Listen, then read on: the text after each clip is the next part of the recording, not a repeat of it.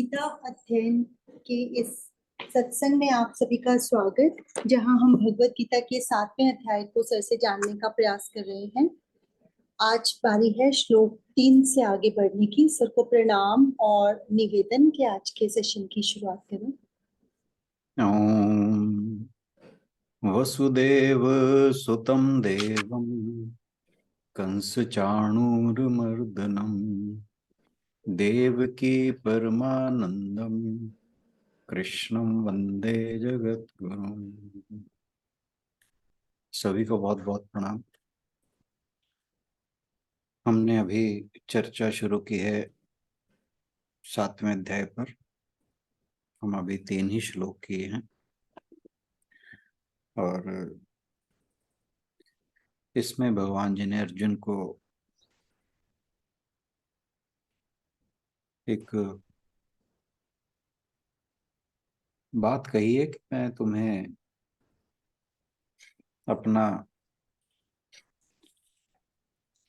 अपनी महिमा पूरे विस्तार से बताऊंगा, जिसमें कुछ भी शेष नहीं रहेगा। और मैं तुम्हें ऐसा ज्ञान विज्ञान दूंगा अपने स्वरूप का, अपनी महिमा का, अपने ऐश्वर्य का, जिसको जानने के बाद तुम्हें कुछ और जानना शेष नहीं रहेगा। और फिर तीसरे श्लोक में भगवान जी कहते हैं कि बहुत विरले लोग हैं जो इस आध्यात्मिक यात्रा पर, यानी मुझे जानने के लिए निकलते हैं, और उन विरलों में से भी बहुत कम सिद्ध लोग ऐसे हैं जो मुझे पा सकते हैं, मुझे प्राप्त होते हैं। तो भगवान जी ने कहा कि ये जो आत्म ज्ञान है, या आत्म साक्षात्कार है, या ब्रह्म ज्ञान है, ये पाना कोई आसान बात नहीं है। इसे बहुत दुर्लभ लोग ही पा सकते हैं। तो इससे हमें ये समझना चाहिए कि हमें हमारे जो मनुष्य जीवन है उसका सिग्निफिकेंस कितना ज्यादा है, उसकी इंपॉर्टेंस कितनी ज्यादा है। क्योंकि ये जो मनुष्य जीवन हमें मिला है, ये सुर दुर्लभ कहा गया है, देवताओं को भी दुर्लभ है। और इस मनुष्य जीवन जो हमें भगवान ने दिया है, इसका एकमात्र लक्ष्य है उस ईश्वर को जान जाना।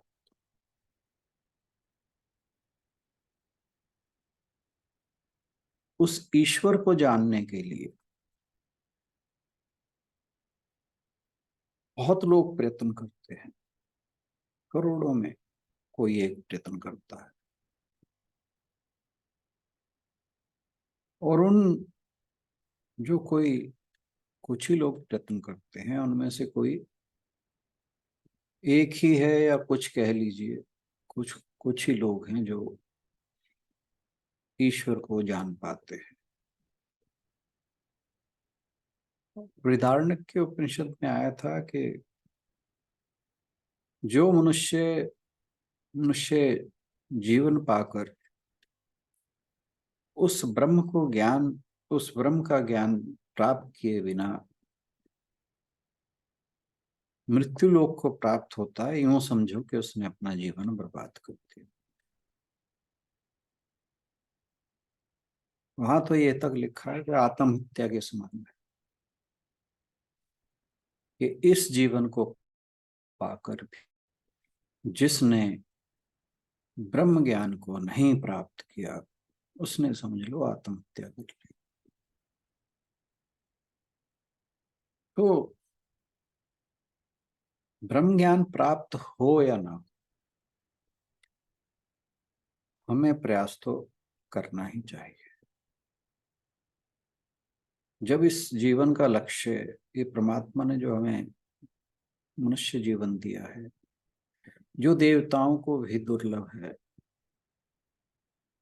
तो यह जीवन पाकर भी अगर हम आध्यात्मिक यात्रा पर ना निकले, कहाँ पहुंचेंगे वो अलग बात। परंतु हम चले ही ना, तो इससे बुरा कर्म कुछ हमारे लिए जीवन में हो नहीं सकता कि हम अपने आप को संसारिक बंधनों में ही जकड़े रखें, वही जो पशु समान जीवन है उसे व्यतीत करते हुए ही अपने प्राण त्याग दें।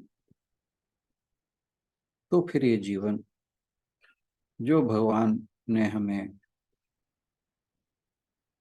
बहुत कृपा करके दिया था कि तुम मुझे प्राप्त हो जाओ, और हम उसको यूं ही गंवा कर चले जाते हैं, तो फिर इससे बड़ा अपराध नहीं हो सकता।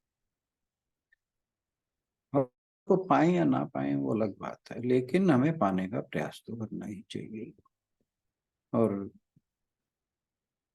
एक गंभीर प्रयत्न तो करना ही चाहिए। और फिर जो भगवान जी ने कहा है कि कोई जन्मों जन्मों के बाद ही उसको प्राप्त कर सकता है, क्या पता हमारा ये आखिरी जन्म है।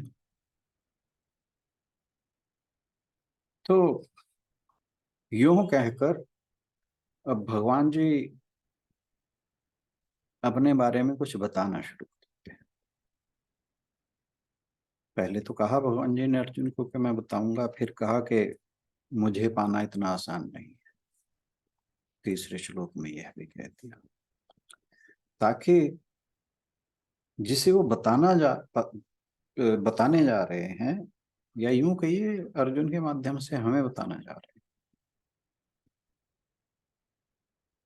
उन्हें ये पता हो कि जो वो बताने जा रहे हैं वो कितना गंभीर विषय है, कितना रहस्यमय विषय है, और कितना उसे जानने की इम्पोर्टेंस, उसका महत्व कितना है।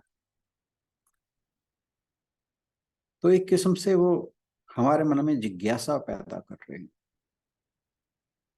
कि वह ज्ञान जो अर्जुन मैं तुम्हें बताने जा रहा हूं, उस ज्ञान को पाने के लिए ना जाने मनुष्य को कितने जीवन में जो है बार बार लेने पड़ते हैं।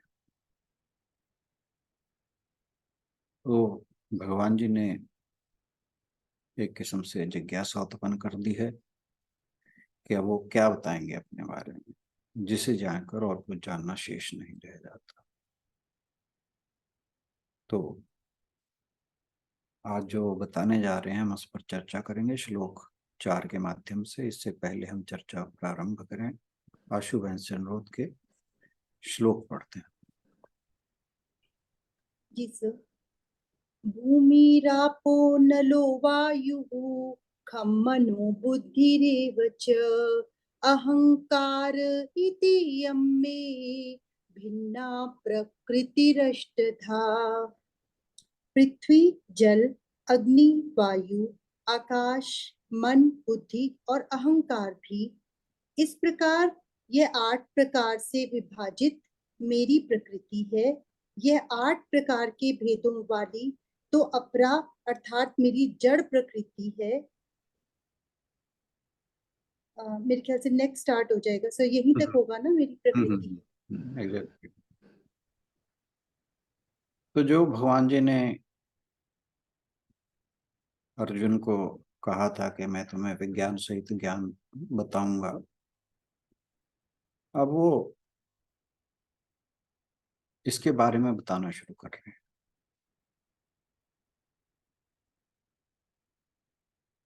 जो हमारे ऋषि मुनि थे, उन्होंने जगत किस प्रकार उत्पन्न हुआ इसके ऊपर बहुत सूक्ष्म विचार किया,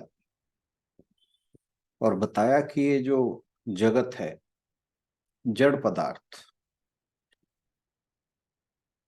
उस जड़ पदार्थ को कहा प्रकृति, और चेतन तत्व, उस चेतन तत्व को कहा पुरुष। इन दोनों के संयोग से उत्पन्न होता है। तो जगत किस प्रकार उत्पन्न हुआ, जड़ पदार्थ और चेतन पदार्थ के संयोग से। और कहा कि जो पुरुष है उसकी अध्यक्षता में बनी ये जड़ प्रकृति, उससे जितनी भी ये शरीर आदि उपाधियां हैं, शरीर आदि मतलब हमारा शरीर, प्राणियों के शरीर, वो चैतन्य युक्त होकर, यानी जो हमारा जड़ शरीर है उसमें जब चेतन तत्व शामिल हो जाता है फिर वो व्यवहार करने में सक्षम हो जाता है। यानी हमारा शरीर जो है ये स्थूल शरीर, ये जड़ है। जब तक उस चेतन तत्व की, पुरुष तत्व की इसमें संयोग नहीं होगा तब तक यह व्यवहार करने में सक्षम नहीं। जब मनुष्य की मृत्यु होती है, ये शरीर तो वैसे का वैसा ही है, लेकिन वो चेतन तत्व उसमें से निकल जाता है। इसीलिए यह शरीर जो मनुष्य का था, जो आर एस राणा का शरीर था, वो फिर कुछ करने लायक नहीं रह जाता। जैसे ही इसमें से चेतन तत्व निकल जाता है फिर कोई व्यवहार नहीं कर पाता, ये कुछ नहीं कर पाता। ये इसको हम इस तरह से समझ सकते हैं कि जैसे गाड़ी में हम तेल डलवाते हैं। अब गाड़ी एक मशीन है, जब तक उसमें पेट्रोल या डीजल नहीं डलता, गैस नहीं डलती, या बिजली की बैटरी नहीं डलती, या सीएनजी नहीं डलती, तब तक यह मशीन बेकार है। ये ना समझे कि जो तेल बैटरी आदि हैं वो चेतन तत्व है, एक कंपैरिजन की बात हो रही। तो जो पूर्ण पुरुष है, वो जो प्रकृति की जड़ उपाधियां हैं उनके साथ संयोग से ये सृष्टि के रूप में अलग अलग तरह के जो सृष्टि में प्राणी हैं, बाकी सब वस्तु हैं, उनके रूप में व्यक्त होता है।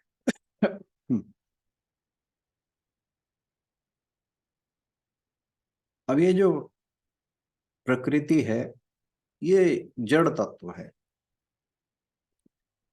ये ईश्वर का जड़ तत्व है। इस श्लोक में भगवान जी जड़ तत्व के बारे में बताते हैं, जिसे उन्होंने परा प्रकृति कहा। तो नहीं, सॉरी, अपरा, ये अपरा प्रकृति है जो जड़ तत्व से बनी प्रकृति है। तो मनुष्य अगर इस प्रकृति और पुरुष का भेद समझ जाए कि ये क्या चीज है, इनका रहस्य समझ जाए, तो उसको यह समझ आ जाएगा कि जो आत्मा का तादात्म्य इन जड़ उपाधियों के साथ है।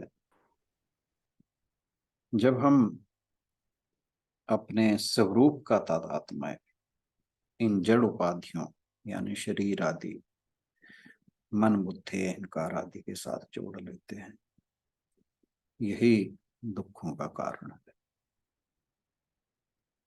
और जब ये मिथ्या तादात्म्य, मिथ्या मतलब झूठा, तो ये जो तादात्म्य का लो आइडेंटिफिकेशन समझने की दृष्टि से, कि जब हम इस माइंड बॉडी और इंटेलेक्ट, इसके साथ जब हम अपनी आइडेंटिफिकेशन करते हैं तो फिर हम अपनी का मतलब, अपनी जो मीन्स है यहाँ पे शरीर नहीं है, अपने का मतलब है हमारी जो आत्मा। उसका आइडेंटिफिकेशन इस माइंड बॉडी इंटेलेक्ट कम्प्लेक्स के थ्रू करते हैं। तो यहीं से ही दुखों का प्रारंभ शुरू हो जाता है। और जैसे ही हम इस तादात्म्य से निवृत्ति पा जाते हैं, इस आइडेंटिफिकेशन से हम डिपार्ट कर जाते हैं, अलग हो जाते हैं, इन दोनों के भेद को समझ जाते हैं, ये समझ जाते हैं कि ये जो जड़ है ये हम नहीं। तो मनुष्य अपना स्वरूप को पहचान सकता है, वह स्वरूप जो परमानंद है, परम आनंद है, जो आत्मा और अनात्मा का तदात्मय है, उसी से जीव उत्पन्न होता है। अनात्मा यहाँ माइंड बॉडी इंटेलेक्ट, इनके कम्प्लेक्स को कहा है, मन बुद्धि अहंकार। तो जब मनुष्य को ज्ञान हो जाता है, आत्म ज्ञान हो जाता है, ब्रह्म ज्ञान हो जाता है, फिर उसे पता लगता है कि वो जो जड़ प्रकृति का स्वामी चेतन पदार्थ है या पुरुष है, वो उसका स्वरूप है, ना कि ये जो जड़ स्थूल और सूक्ष्म शरीर है उसका। तो भगवान जी अर्जुन को जड़ और चेतन का जो डिफरेंस है उसे बताने के लिए जो मनुष्य की प्रकृति है, मनुष्य की क्या भगवान की प्रकृति कही है इसे, जिसे अपरा प्रकृति कहा है। यहाँ पे अपरा प्रकृति नहीं कहा, यहाँ पे तो खाली प्रकृति कहा है। तो उसको कहा कि हम 8 भागों में बताते हैं, जिसे यहाँ पे अष्टा अष्टा प्रकृति कहा है, अष्टधा प्रकृति। और जब मनुष्य इस को अपने विवेक के द्वारा जान जाता है, तो फिर वो अपने दिव्य स्वरूप को पहचान लेता है। ये अष्टधा प्रकृति है क्या? आकाश, वायु, अग्नि, जल और पृथ्वी, ये 5 महाभूत जो 5 एलिमेंट्स हैं, जिससे हमारे इस स्थूल शरीर का निर्माण होता है। और मन बुद्धि अहंकार, इनको मिलाकर ये अष्टधा प्रकृति बनी है। ये जो जीव है इसे व्यष्टि भी कहा जाता है, जैसे जैसे माइक्रोकॉज्म और मैक्रोकॉज्म कहते हैं ना। तो जो प्रकृति का सबसे छोटा अंश है उसे व्यष्टि कहा गया है, वो जीव है।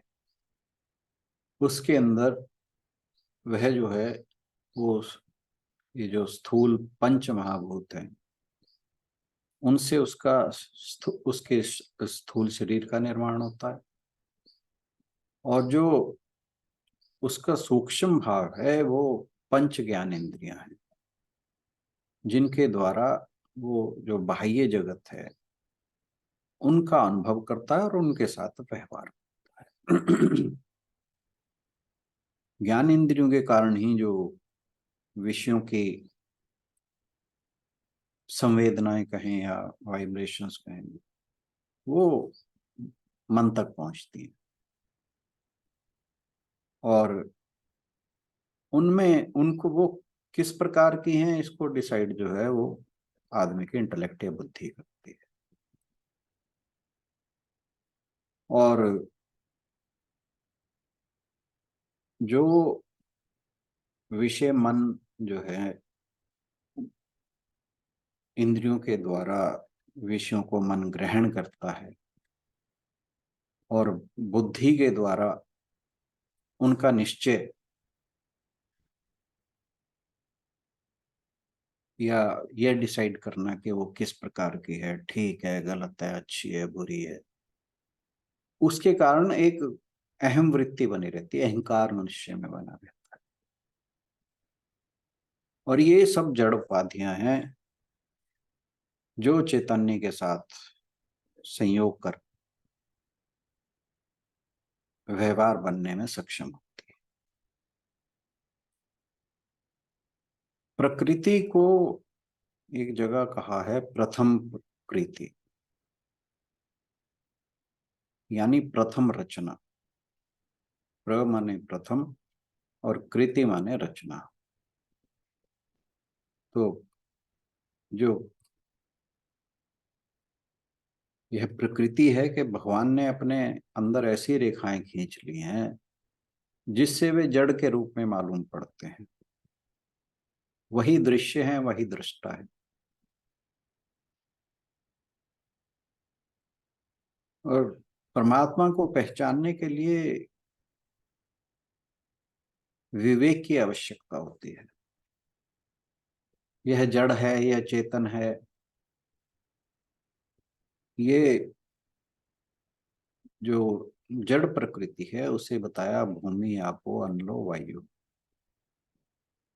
तो पहले पृथ्वी है। अब थोड़ी सी टेक्निकल बातें आ रही हैं क्योंकि वो कहीं ना कहीं हमें जानने की जरूरत पड़ेगी, इसलिए मैं यहीं पे ही उनको इंट्रोड्यूस कर रहा हूँ। पहले है पृथ्वी और उसके साथ है पृथ्वी की तन्मात्रा। तन्मात्रा को हम कह सकते हैं उसका पार्ट। पार्ट मतलब वो उसमें इंक्लूडेड है। तो जो पृथ्वी है और पृथ्वी की तन्मात्रा है, उन दोनों में डिफरेंस होता है। अब जो हमारी सूंघने की शक्ति है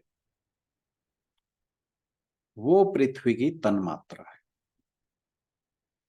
I hope you got my point.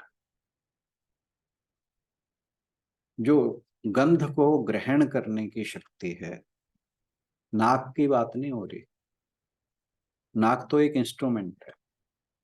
जो पावर है उस नाक के थ्रू गंध को भीतर, अपने भीतर समझ लेने की, उसको ग्रहण करने की, वो शक्ति सिर्फ नाक में नहीं है, वो तो पूरे शरीर में है। उसको कहा है पृथ्वी की तन्मात्रा।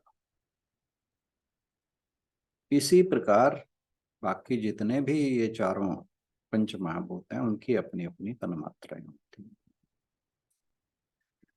तो ये आगे बताएंगे। और ये जो हम पृथ्वी देखते हैं ये अकेली पृथ्वी तत्व नहीं है।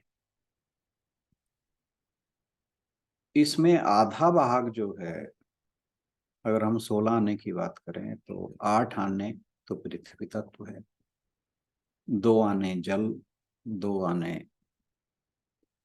अग्नि, 2 आने वायु और 2 आने आकाश। तो पृथ्वी तत्व जो है वो पांचों तत्वों से बना है, लेकिन उसमें जो आधा पार्ट है वो पृथ्वी है, बाकी चारों इक्वल पार्ट हैं। ऐसे ही बाकी सारे तत्व हैं। तो इनको कहते हैं पंचीकृत, क्योंकि एक तत्व जो है वो 5 के मिश्रण से बना है। अब जैसे हमने पृथ्वी की बात की, पृथ्वी और चारों बाकी और, तो ये पंचीकृत हो गए। इस तरह जल, आधा जल और 2 भाग पृथ्वी, 2 भाग अग्नि, 2 भाग वायु, 2 भाग आकाश। तो यह, इसको कहा पंचीकृत।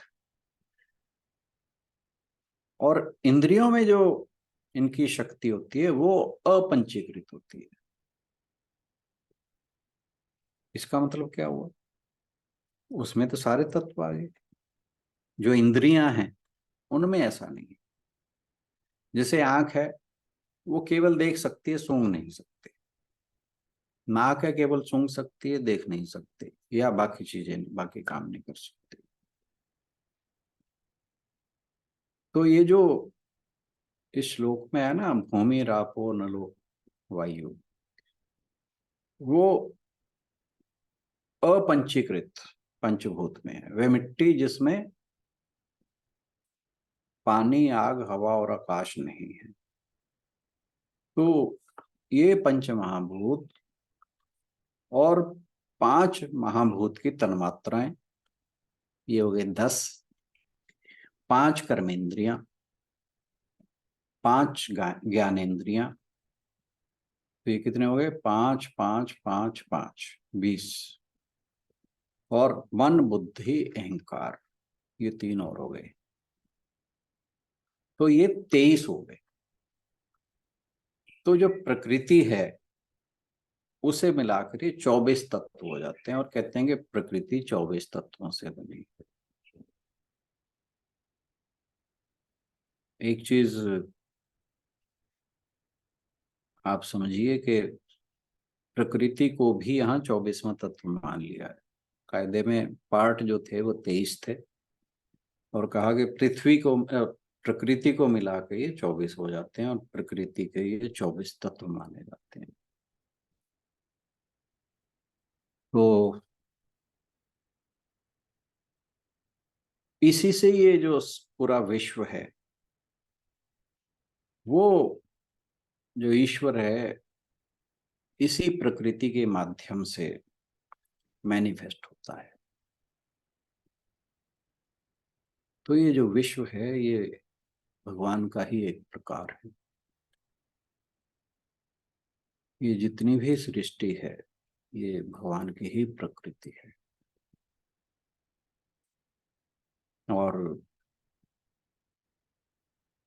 वो अपने ही क्या कहना चाहिए, अपने को इस अपने को ये विस्तार दे रहे हैं इस सृष्टि के रूप। वो जिसे कहा जाता है कि मैं एक से बहु हो जाऊं। मतलब भगवान जी एक दिन अकेले बैठे हैं, बोर हो रहे हैं, और वो कहते हैं मैं एक से बहु हो जाऊं।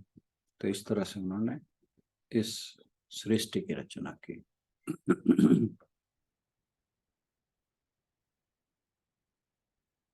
तो वो बिना किसी कारण के इस विश्व के रूप में, इस जगत के रूप में प्रकट हो रहे हैं। और इस प्रकृति को धारण करने वाला कौन है? ईश्वर। अब ये समझिए कि जो मनुष्य है वो भी इसी का पार्ट है। वो जब तक कुछ करे ना, तब तक कर्म नहीं होता। ना तो धर्म की उत्पत्ति होती है, ना अधर्म की। लेकिन जब जीव कर्म करता है, तब उससे धर्म और अधर्म दोनों की उत्पत्ति होती है। किसी ने हाथ जोड़ लिया, चाहे वो श्रद्धा से जोड़ा, जानबूझ के जोड़ा, तो इससे धर्म की उत्पत्ति हुई। किसी ने मुक्का तान लिया, तो इससे धर्म की उत्पत्ति हो गई। लेकिन हुआ कैसे? ये दोनों कैसे हुए? जब कोई कर्ता बना, जब किसी जीव ने या तो हाथ जोड़े तो धर्म की उत्पत्ति हुई, अगर मुक्का तान लिया तो अधर्म की उत्पत्ति हुई। तो धर्म और अधर्म केवल वस्तु मात्र से नहीं होता, उसमें किसी ना किसी को कर्ता होना चाहिए। तो हमारे द्वारा जितने भी कर्म होते हैं, चाहे अच्छे हैं वो चाहे बुरे, वो हमारे द्वारा जानबूझ कर किए जाते हैं। उनका जो निवारण है अच्छे बुरे का, वो भी तभी होगा जब हम जानबूझकर उनका निवारण करेंगे। पाप किए हैं तो प्रायश्चित करना पड़ेगा। और जो हमने किसी के प्रति अपराध किया है, उसके प्रति क्षमा मांगनी होगी, क्योंकि जिसने जो भी कर्म किया है अच्छा बुरा उसे अच्छा बुरा फल भोगना ही होगा।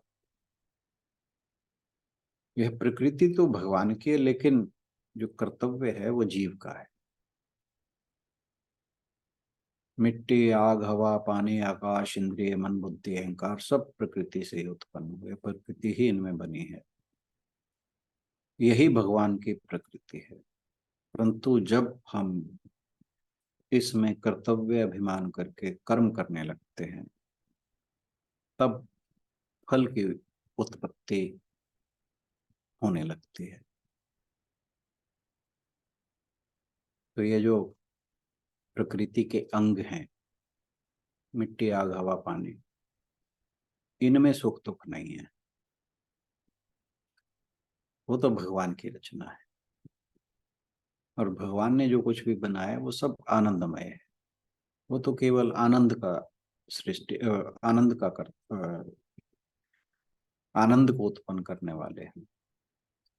लेकिन जब जीव या मनुष्य कह लीजिए, यहाँ पे समझने की बात है, ईश्वर की दी हुई वस्तुओं को अपना मान लेता है, उसमें मैं और मेरा का भाव आ जाता है, वहां से ही सारे दुख उत्पन्न होते हैं।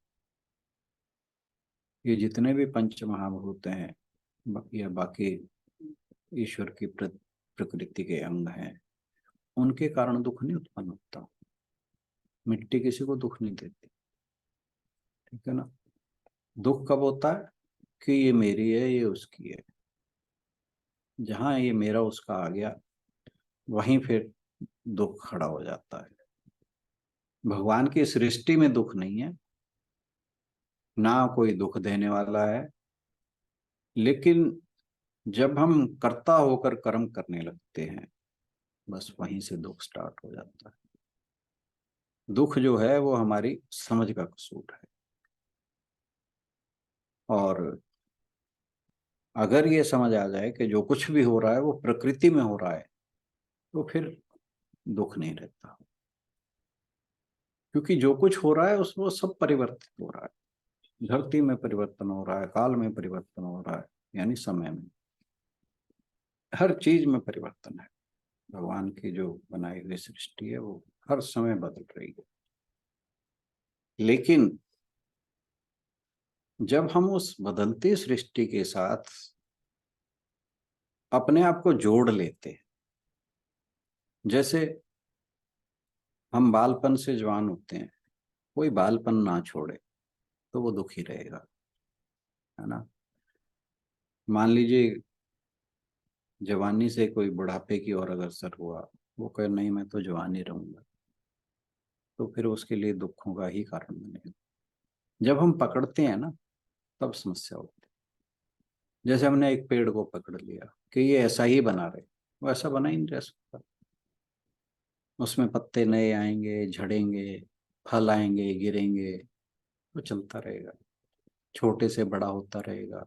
बट जब उसकी आयु हो जाएगी, सूख जाएगा, गिर जाएगा। तो हम किसी भी चीज को अगर पकड़ें तो हमारे लिए दुखों का कारण हो जाता है। तो ये जो दुख है ये मनुष्य का खुद का बनाया हुआ, ईश्वर का नहीं बनाया हुआ। जब हमारी परमेश्वर के साथ, ईश्वर के साथ पहचान टूट जाती है, फिर हमारे लिए दुख खड़े हो जाते हैं। और यही अपरा प्रकृति है। कहीं पर जैसे मान लीजिए गांव में तालाब होता है, उसके पानी पर लोगों की लड़ाई होती है, नहीं ये मेरा पानी है, ये तुम्हारा पानी है। शहरों में भी कभी किसी बात पर ये मेरा है, ये जो प्लॉट था इसमें तुमने फालतू ईंट लगा ली, मेरी जगह ले ली। तो ये तेरा मेरा जहाँ शुरू हो जाता है ना, तो बस फिर ये तेरा मेरा का दुख है, तेरा मेरा का जो भाव है यही दुख का कारण है। तो अब जैसे हवा है वो सबकी नाक में जाती है, अंदर शुद्ध जाती है और बाहर अशुद्ध होकर आती है। लेकिन बाहर आकर जो प्रकृति की शुद्ध हवा है उसमें मिलकर वो भी शुद्ध हो जाती है। तो प्रकृति में कोई दोष नहीं। तो भगवान जी कहते हैं कि मेरी प्रकृति को मत देखो, मुझे देखो। जिसकी ये प्रकृति है उसे देखो। जब आप प्रकृति को देखते हो, प्रकृति मतलब जो मैनिफेस्टेशन है भगवान की, तो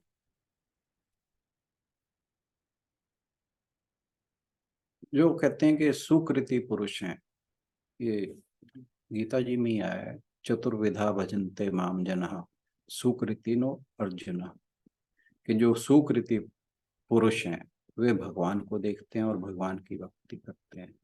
न माम दुष्कृतिनो मूढ़ा प्रपद्यन्ते नराधम, कि जो दुष्कृति हैं, पापी हैं, मूढ़ हैं, नराधम हैं, वे दुष्कर्म करते हैं और सोचते हैं कि हम दुष्कर्म करके सुख होंगे।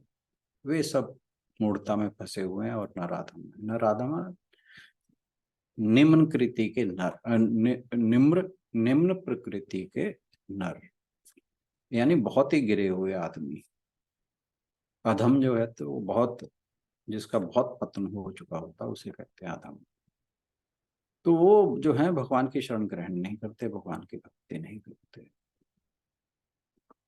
तो जो सुकृति पुरुष होता है वो वस्तु को नहीं देखता, वो वस्तु को मेरी नहीं कहता, वो बस ये मानता है कि मेरा केवल ईश्वर है, ये जो सब कुछ है ये ईश्वर का ही है, मेरा इसमें कुछ नहीं। और जब वो ईश्वर को मानता है और ईश्वर को समझ जाता है, फिर उसका दुखों से, उसकी निवृत्ति हो जाती है दुखों से। क्योंकि जो भगवान की भक्ति है उससे संसार का मेरापन छूट जाता है, और जब मैंपना छूट जाता है तो फिर मनुष्य का जो विवेक है वो जागृत हो जाता है। अब ये जो 24 तत्व भगवान जी ने बताए हैं, इनके द्वारा भगवान जी ने मनुष्य को बहुत तरह की शिक्षाएं दी। जैसे पृथ्वी से क्या शिक्षा मिलती है हमें, कि पृथ्वी की भांति सबको क्षमा करना। अग्नि से तपस्या करना, अग्नि या तेज के समान चमकना। जल से शीतलवाणी बोलना। वायु से सबके साथ समानदर्शी बनना। और आकाश से सब कार्य करते हुए निर्लेप रहना। तो ये जितनी भी बातें बताई हैं,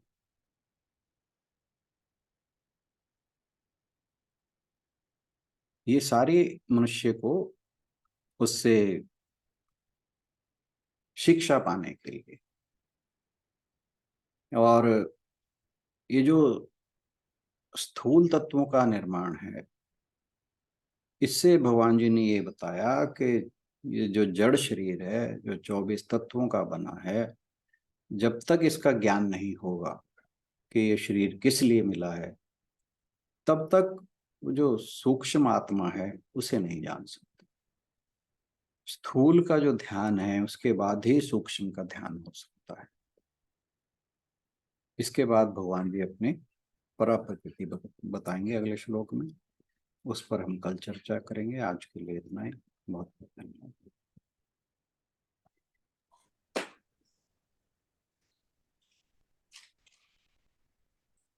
धन्यवाद राला सर। यदि किसी का कोई प्रश्न हो, थोड़ा सा गूढ़ आज का श्लोक है, समझने वाला है, यदि कोई कुछ पूछना चाहे तो जरूर पूछ सकते हैं। सर तन मात्रा वाला समझ नहीं आया।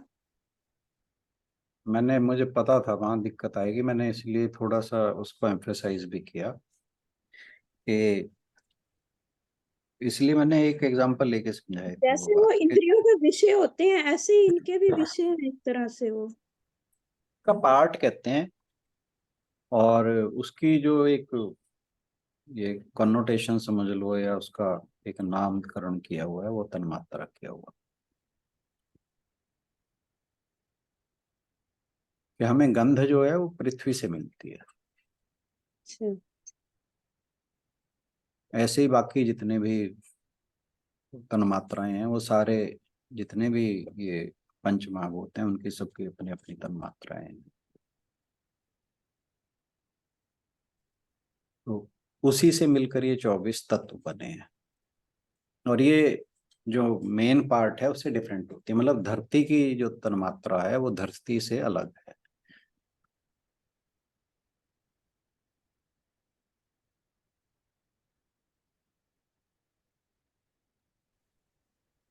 सर जो जड़ तत्व आपने कहा कि प्रकृति है, तो पुरुष किसको कहा? आत्मा को? चेतन तत्व। चेतन तत्व आत्मा ही हुआ ना सर? हाँ हाँ, आत्मा परमात्मा। ठीक है। ये बड़ा वैसे कॉम्प्लिकेटेड है, मतलब कल फिर थोड़ा सा आप बताओगे बैक दोबारा तो फिर ज्यादा चंगी तरह समझ आ जाएगा। चलो मैं कोशिश करूंगा तो आ इस, तो गया पर मतलब थोड़ा सा थोड़ा टेक्निकल ज्यादा है टेक्निकल ज्यादा। हाँ जी। ये। हाँ जी। एक्चुअली मेरे को लगता है पता नहीं कौन से अध्याय में आएगा, परा और अपरा प्रकृति की पूरी जो एक्सप्लेनेशन है ना वो भी आएगी जिसमें वो भूतियां थी कृष्ण जी की, तो शायद। आई थिंक 12वां है। हाँ, तो मैंने इसको यहाँ पे इंट्रोड्यूस इसलिए कर दिया। यहाँ पे तो वैसे अष्टधा प्रकृति की बात आई है ना, हाँ जी। तो मैंने ये इंट्रोड्यूस इसलिए कर दिया कि हमें थोड़ा सा आइडिया रहेगा, और जब वहां आइडिया। पहुंचेंगे तो हमारा एकदम क्लियर हो जाएगा। ठीक है सर। सर एक लाइन में थोड़ा सा शॉर्ट में बता दो एक बार सारा श्लोक, शॉर्ट में मतलब ये जो, डिटेल में। हाँ हाँ, सिर्फ नहीं मैं एक कल बार। कल सुबह दोबारा ना, कल जो नेक्स्ट हमारा लेक्चर होगा ना उसमें ठीक है मैं सर। स्टार्ट से पहले थोड़ा सा हाँ हाँ बिल्कुल रिवाइज ठीक है करा सर। फिर हम पढ़ भी लेंगे, एक बार सुन भी लेंगे दूँ। दोबारा तो समझ हाँ में आ जाए। जी। बिल्कुल ठीक है सर, थैंक यू। समझाया तो बहुत डिटेल्ड है पर कोई बात, मेरे को भी बहुत टाइम लगा इसे समझने में। हालांकि मैंने एक बार पहले किया हुआ था ये, पर थैंक ये यू थैंक इनको बार बार करते हैं ना तो हमें क्लियर होता है। क्लियर होता है। हाँ जी ठीक है सर। हाँ, मैं प्रश्नोपनिषद में पढ़ रहा था इतन मात्रा के बारे में, मुझे वहां बिल्कुल समझ नहीं आया। अच्छा जी। हाँ, तो वहां मैं पढ़ता गया पर मुझे समझ नहीं आया। पर अब यहाँ पे जब मैंने फिर दोबारा से पढ़ना शुरू किया तो क्योंकि वहां पे थोड़ा बहुत पढ़ा हुआ था तो अभी यहाँ पे क्लियर हो गया मुझे। एक बार सर दोबारा सुनेंगे ना फिर थोड़ा समझ आएगा। हाँ जी, हाँ ज्यादा जी, क्लियर हो जाएगा। हाँ जी। हाँ क्योंकि आप अभी जैसे कुछ एक बार वर्ड्स आज मिस का हो जाते वीडियो सुन हैं। लेना, और फिर मैं कल हाँ जी हाँ जी। दोबारा बता दूंगा। आशु बहन से हाँ जी हाँ जी। हाँ सुबह आज ही हाँ अपलोड। आज ही डाल देगी ना अगर वो, तो फिर बेटर रहेगा। डाल देती हूँ, कल डिस्कशन ले लेते हैं चाहे इस पे आगे बढ़ने से पहले, अगर नहीं अभी करना चाहे हाँ तो। एक बार आज सुन लेते हैं सब लोग, फिर ठीक। जैसा होगा फिर कल। हाँ, कल जो हम नेक्स्ट स्टार्ट करेंगे ना उससे पहले मैं 5-7 मिनट और इस पे बता दूंगा। ठीक है सर। चलिए फिर इसी के साथ आज समापन की ओर बढ़ते हैं। ओम पूर्णमदः पूर्णमिदं पूर्णात् पूर्णमुदच्यते पूर्णस्य पूर्णमादाय पूर्णमेवावशिष्यते। ओम शांति शांति शांति। हरि ओम। सभी की ओर से राणा सर का भी बहुत बहुत धन्यवाद। कल मिलते हैं अगले श्लोक के साथ। Thank you everyone.